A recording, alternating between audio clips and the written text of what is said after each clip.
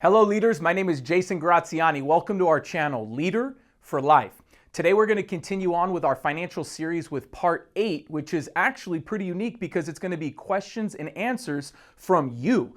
These are questions that our customers have asked us, and these are questions that our viewers have asked us. They said, Jason, we've made all this material, and so many people have asked us questions from the previous material, and so today we're going to answer those for you. Now I want to give you 3 disclosures. Disclosure number 1, suitability. I am not recommending a product or service to you as I don't know your specific situation. Number 2, compliance. Anybody that speaks in our industry about these subjects needs to be licensed with the state that they're doing business in.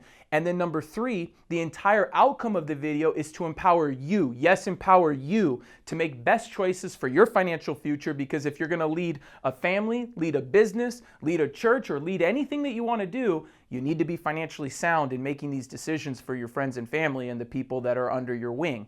Finally, you'll see I am not a tax professional. I am also not a legal professional. So if you need tax or legal advice, please contact a tax or legal professional, and I'll go ahead and answer these questions now. Let me put this my coffee down. Let's go to question number 1. How does the insurance company do that? Now, do that, let's keep it very vague. It means, how do they offer the benefits that they offer?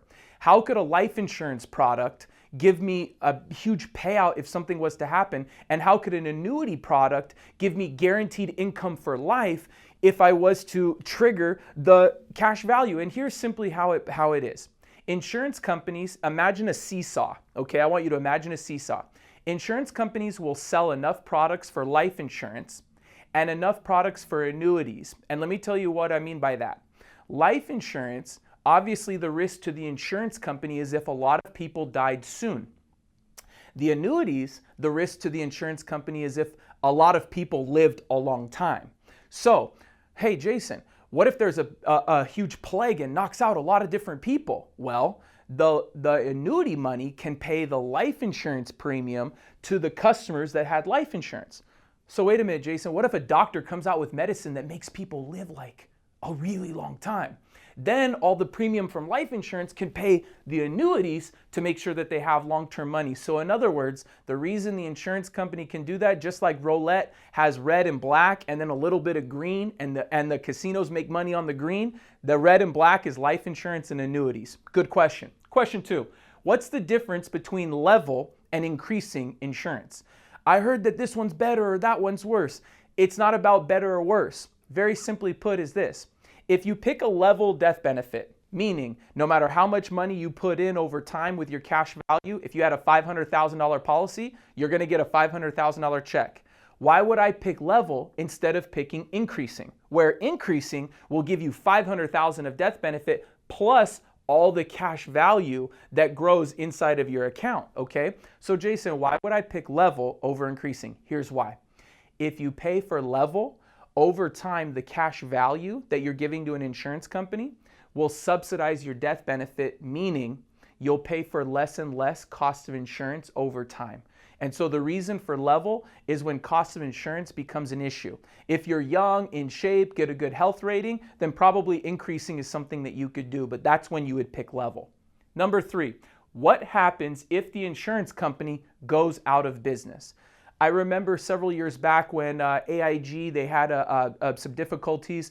And so if you remember back in the subprime lending time, people would ask questions like, what happens if Lehman Brothers or AIG or some of the companies? A couple notes. 1, AIG paid back all the loans that they got from the government plus a percentage on that loan payback plan. 2nd, if you were a stockholder in an insurance company and the stock went down, you would lose money.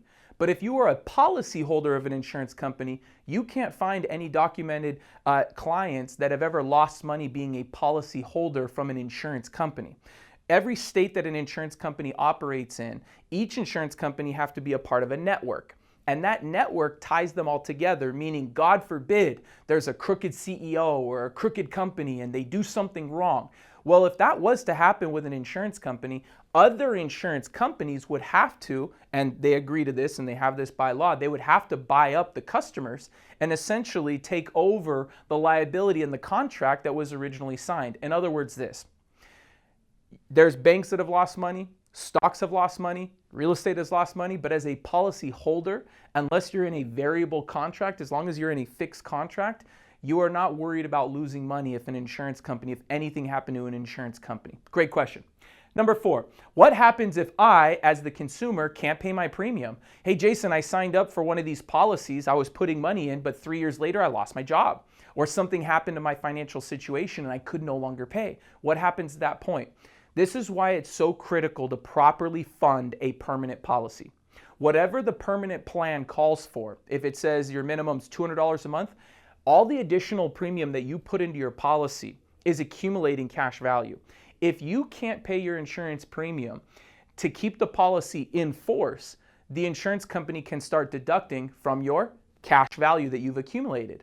Only when you have no cash value will the policy lapse. What does that lapse mean? It means you lose your coverage and you lose your policy. So it's so important that whatever your minimum is, that you're putting in as much as possible so that if you come up to a bad 2 to 3 months of time, that you won't lose your coverage, but you don't have to pay your premium if you've accumulated cash value in your policy. Number 5, which is better, term or ROP term, which stands for return of premium? Well, return of premium means at the end of the 20 or 30 year period of time, the client, you, would get your money back. And so obviously people would say, well, duh, I would rather take return of premium over term. But here's how the contract works. For the majority of carriers that exist out there, let's say that somebody's going to pay $50 a month for a regular term policy. And what they will do for the return of premium is say double the premium, meaning you could pay $100 a month for 20 to 30 years, which is essentially double the $50. But at the end, you can get your money back. It's a simple preference. Some customers don't like the idea of paying $50 a month and then if it expires, they don't get anything back. And some people would rather pay more to get money back, but some people would rather pay less. It's strictly a preference for you as the consumer, so neither one is better or worse. It just depends on what you're looking for as a consumer. Number 6, I heard the costs and fees are very high on insurance products. And depending on an insurance product that you get and all the bells and whistles that you have, which like in your car, power windows, sunroof, all the additional options that you put inside of a car, same thing with an insurance policy. You're going to pay for those extra benefits called riders. Now, if you're referencing just purely term insurance is cheap and permanent insurance is more expensive, well, of course it is. Just like renting an apartment is less than buying a house. Of course it is. It all depends on what you're looking for at that time.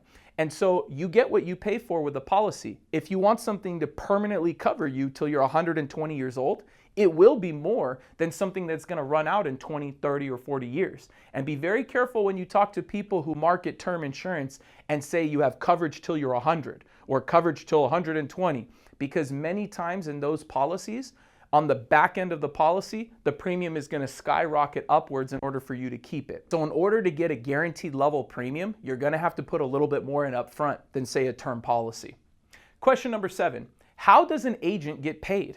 And really a lot of times when our customers ask us that question, it's what do I have to pay? Do I have to pay the agent? Are they getting a percentage of my money? How does that process work? So just think, there's 2 ways an insurance companies or any company makes money that deals with money. They could have fees, or they could have something called time value of money. Fees means they're going to charge you a certain fee each year. Time value of money means I'm leaving my money here for 3 years, 5 years, 7 years, 10 years. And because you have my money for a certain amount of time, you're essentially gaining the benefit for you holding my money. In other words, how does an insurance agent get paid? Typically in the life insurance industry, okay, if we're just talking life insurance products, whatever the minimum annual premium is goes to the marketing agency that sold the contract. For example, a financial marketing organization, an FMO, that's an agency. If an agent from that agency sells a policy and it's $100 a month, 100 times 12 is $1,200. The insurance company would pay the first year's premium, or $1,200 in this case, to the FMO, the financial marketing organization, in order to pay the agent their contract and their percentage. So the agent is getting paid by your money staying in that policy long term, and as long as it's there for 1 year, the agent is going to get paid off of the first year's premium. I already have a financial planner. or a financial advisor or an insurance consultant. That's great. I don't compete with the financial planners. Many of the financial consultants and planners out there are putting people's money in stocks, bonds, mutual funds that involve securities licenses. I stick to the insurance side, the 401k rollovers that are going into fixed insurance products or life insurance products. So instead of competing with an advisor, we complement advisors. Number 9, my friend said that I should invest in real estate or stocks or invest in something else. Hey, that's great. If you're just comparing investments by rate of return, everybody can speculate and everybody is free to their own opinion about where you should put your money. But if you're talking about insurance products and comparing them to other financial investments, there are things that insurance products do that no other investments, not stocks, not real estate, not gold, or nothing else can do. Now, if you're not looking for the benefits that an insurance company has to offer, it's pointless to buy an insurance product. So instead of comparing real estate or stocks or some other investment to an insurance contract, think more about what the death benefit or living benefits are on that insurance contract and make the purchase for the benefit, not just for the rate of return. Number 10, how do I not pay taxes on my permanent policy? I heard that I could not pay taxes on a permanent policy. How does that work? Luckily for you, we actually have an entire video dedicated to it. It's called Tax Circles. It's the 5th installment of our financial series. I highly encourage you to go to that one and go watch a little bit more depth. So technically, if structured properly, yes, you could do that. But remember my disclosure, I am not a tax professional. So you need to make sure that you speak to a tax professional if you have a unique situation. Number 11, I already have insurance through work. Essentially what the customer is saying there is, why would I do a policy outside of work if my company is already offering it? First of all, the majority, and I could say this with a lot of experience, the overwhelming majority of policies through work have nowhere near the types of plans that are out there in the marketplace. Meaning, your policy through work is probably something of 5 times, 10 times your income. It's probably a group term policy. You have to ask yourself a simple question. If you're paying $7 a month, $14 a month, $21 a month, what do you think you have? What do you think you have? If you're paying $100 or $200 a month for car insurance to cover a $20,000, $30,000, $40,000 car, how much are you worth and your ability to earn in the future? Make sure that you you find out from a professional, what do I have at work? If it meets your needs, stay there and keep it. I always recommend to keep what you have at work, get something in additional, because most plans, when you leave employment, you're going to lose your policy as well. Again, I don't know your specific plan, but that's the case for most consumers out there in America. Number 12, how early can somebody get a policy? In other words, like, can my child get it? Can my newborn? Yes, very young can get this. Each insurance company is going to have a provision after birth, but essentially, once an infant is cleared by the doctors and gone through standard medical process in the very early stages of birth, your children can get a policy. An owner and a payer has to be over 18 years old on the policy, but grandma and grandpa could be an owner or payer, mom and dad could be an owner or payer. Go look at the individual rules with the insurance company that you're looking at getting, but these plans are great for college funding. These are great for, hey, what if my son or daughter gets married in the future and they want some money or they want to put a down deposit on a house? Can I accumulate inside their insurance policy? Yes. Speak to an insurance professional on how that process takes place. It's a great process for the kid. Number 13, in what circumstances would an insurance company not pay my death benefit? It's a great question. The majority of companies that exist in the marketplace today will do it this way, okay? They will not pay out a death benefit for suicide within 2 years. So if you have suicide within 2 years, they're not going to pay for it. That's typically the only major provision that would not enable a full death benefit to be paid out in life insurance. Some companies, you have to read, how do you treat terrorists, okay, acts of terror in the world, okay? Some insurance companies would cover that, some wouldn't, and acts of God, a weather event, nature, something that happens there. The majority of companies that I deal with, suicide clause for 2 years is the only provision there, and all other cases will pay out a full death benefit, assuming you didn't lie on the application and there's no fraudulent aspects to your policy. Number 14, can I switch from term insurance to permanent insurance? For the majority of companies that exist in the marketplace, the answer is yes.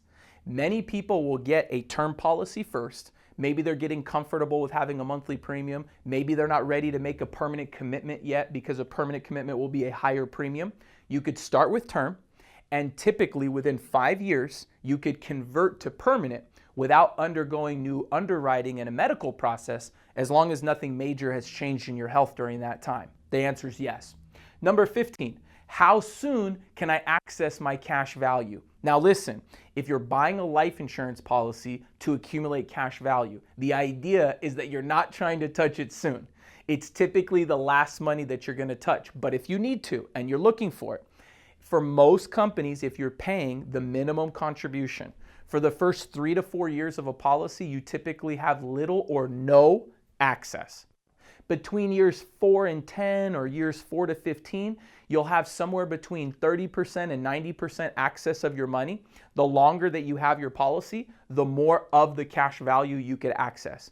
But think 10 to 15 years are typical surrender periods, meaning you shouldn't be accessing during that time. But if you need to, call it starting at around 3 or 4 years into about 10 to 12 years, you could have access, partial access during that period of time. Now that you see all these questions answered here, I hope that this provided you some material. If you're an agent, bonus material here for an agent. If you're an agent, remember PDR. Practice, drill, and rehearse. If you're watching this not as a customer, but you're watching this as a licensed professional that's looking to better your game, no matter what company you're with or no matter which part of the country that you're in, the key is to practice, to drill, and rehearse these questions, because all the consumers in the marketplace deserve quality professionals like ourselves to know our stuff and to practice the material so that we're good for you. And finally, NEADS, needs. N, what do they have now? E, what do they enjoy about what they have now? A, what would they alter about what they have now? In other words, what would they change?